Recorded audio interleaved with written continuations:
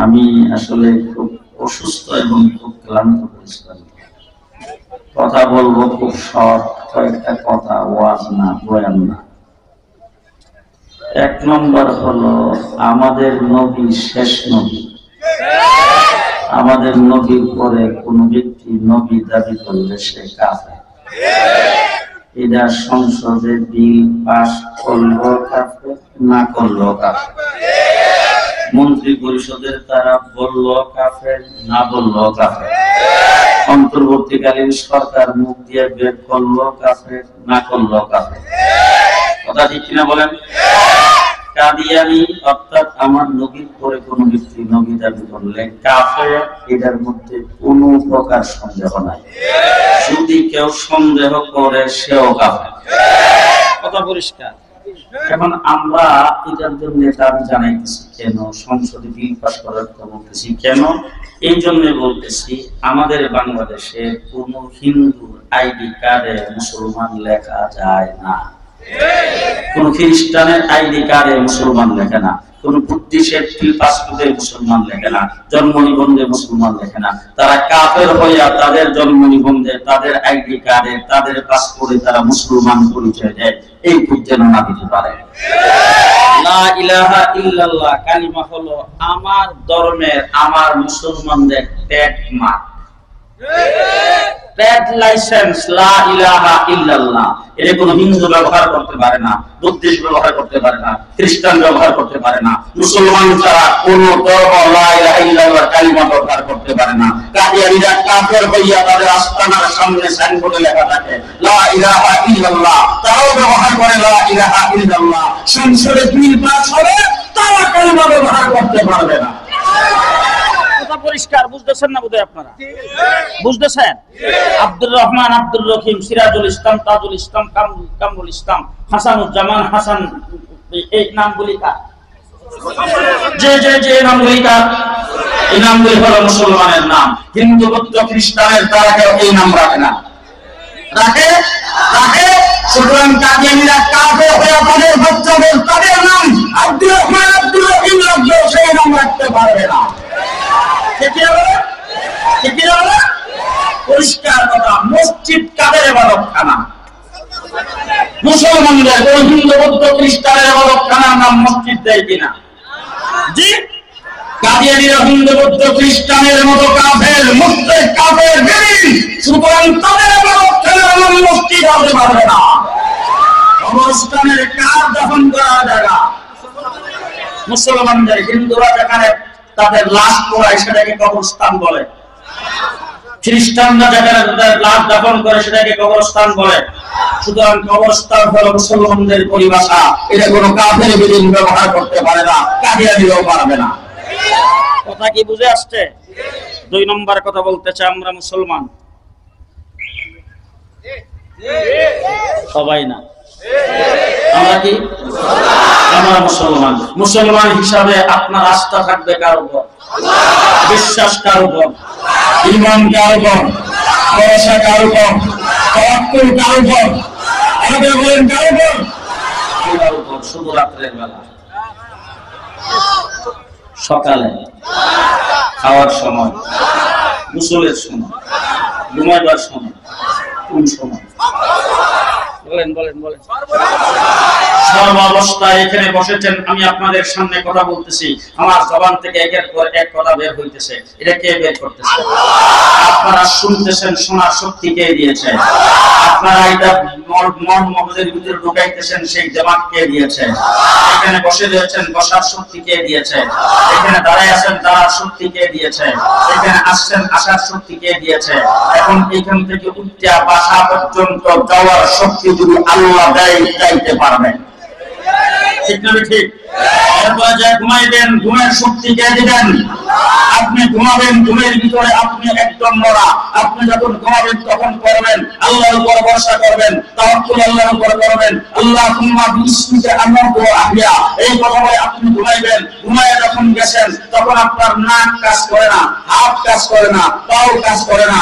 আপনি অবতর অবস্থায় পড়ে আসেন, সেই অবস্থায় রাস্তার কিনারে আইল্যান্ডের উপরে হাজার হাজার মানুষকে দেখেছি, মতিঝিল তীরে, হাইকোর্টের সামনে, জাতীয় ঈদগাহের সামনে, রাস্তার আইল্যান্ডের উপরে শুয়ে আছে।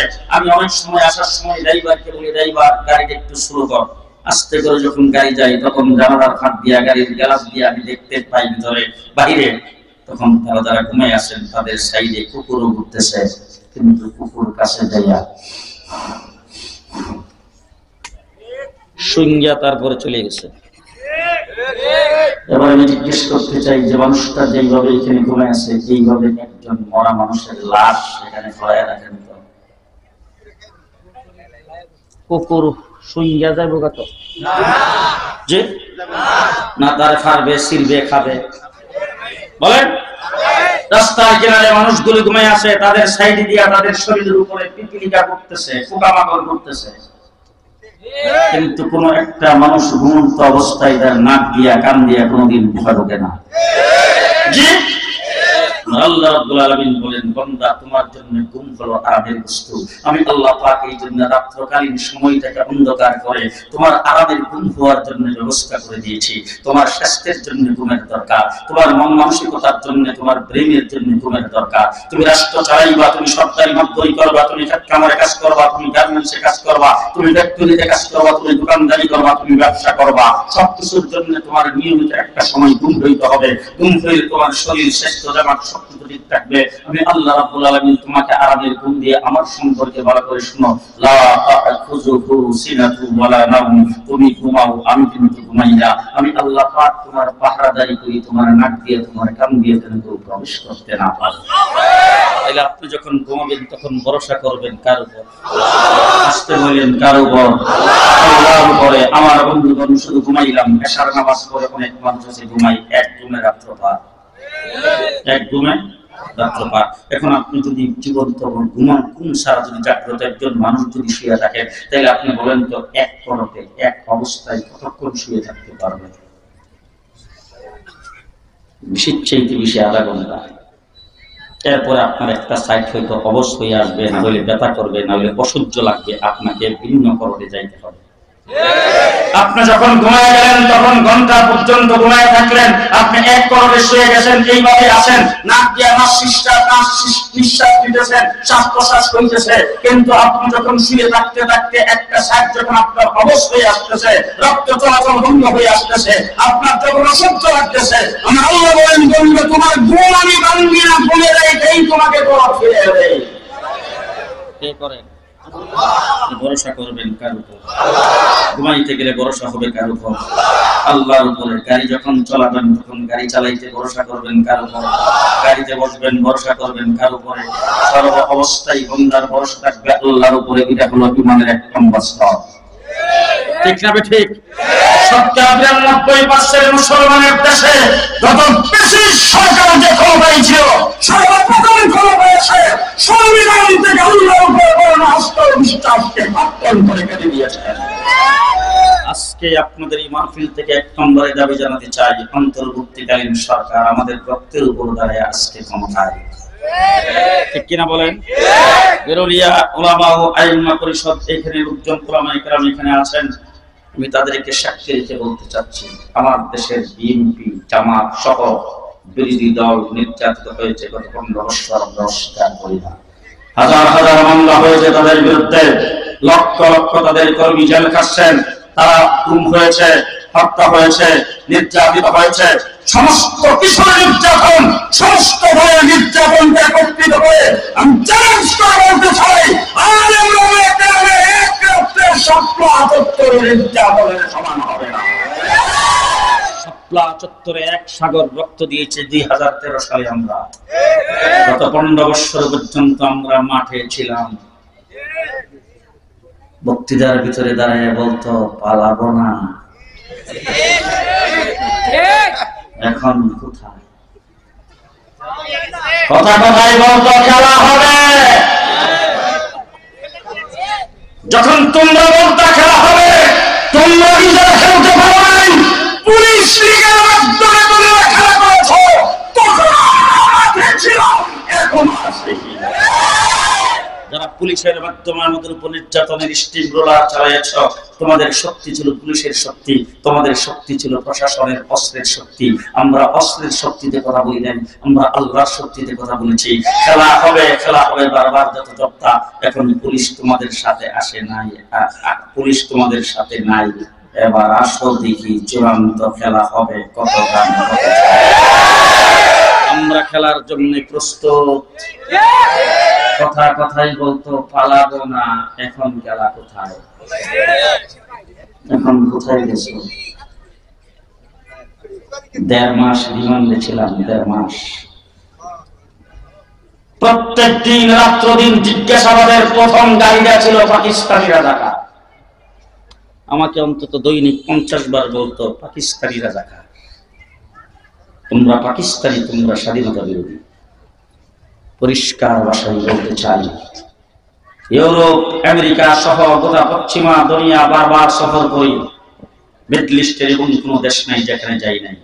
গোটা পশ্চিমা দুনিয়া, পৃথিবীর প্রত্যেকটা পৃথিবী আমি ভ্রমণ করেছি এবং ভ্রমণ বারবার করি, কিন্তু আজ পর্যন্ত কোনোদিন পাকিস্তানে যাই নাই। জীবনে কোনোদিন যাবো কিনা সন্দেহ। তার কারণ হলো আমার দেশের বর্ডারের সাথে পাকিস্তানের বর্ডারের মিল নাই। ইচ্ছা করলেই লাফ দিয়ে পাকিস্তান চলে যাওয়া যাবে না। পাকিস্তানের সাথে আমাদের কোনো সম্পর্ক নাই। 1971 সনে তাদের জুলুম নির্যাতনের বিরুদ্ধে অস্ত্র ধরে মুক্তিযুদ্ধ করে পাকিস্তানিদেরকে ভাগায় বাংলাদেশ নামের স্বাধীন বাংলাদেশ সার্বভৌমত্ব দেশ। আমরা সেই দেশটাকে স্বাধীন করেছি। স্বাধীনতা আমার কাছে অত্যন্ত প্রিয়। স্বাধীনতাকে আমরা ভালোবাসি হুব্বুল ওয়াতানি মিনাল ঈমান হিসাবে। আমার ঈমানের অঙ্গ হিসাবে আমরা দেশকে ভালোবাসি। এই দেশের স্বাধীনতার জন্য যদি আবার লড়াই করতে হয়, সর্বপ্রথম আমরা বাংলার মাটিতে লড়াই করব। তবে আজকে পরিষ্কার ভাষায় বলতে চাই, যারা আমাদেরকে পাকিস্তানি অনেকের বলতো, তোমরা আজকে প্রমাণ হয়েছে ভারতীয় রাজা, ভারতীয় রাজা।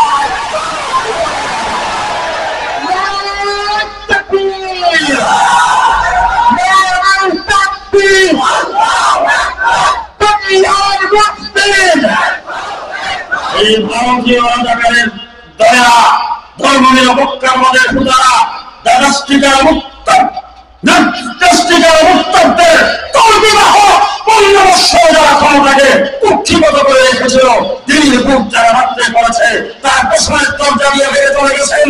15 বছরের রক্তের উপরে দাঁড়িয়ে অন্তর্বর্তীকালীন সরকার আছে। আজকে পরিষ্কার ভাষায় অভিযানে চাই সংবিধান প্রণয়ন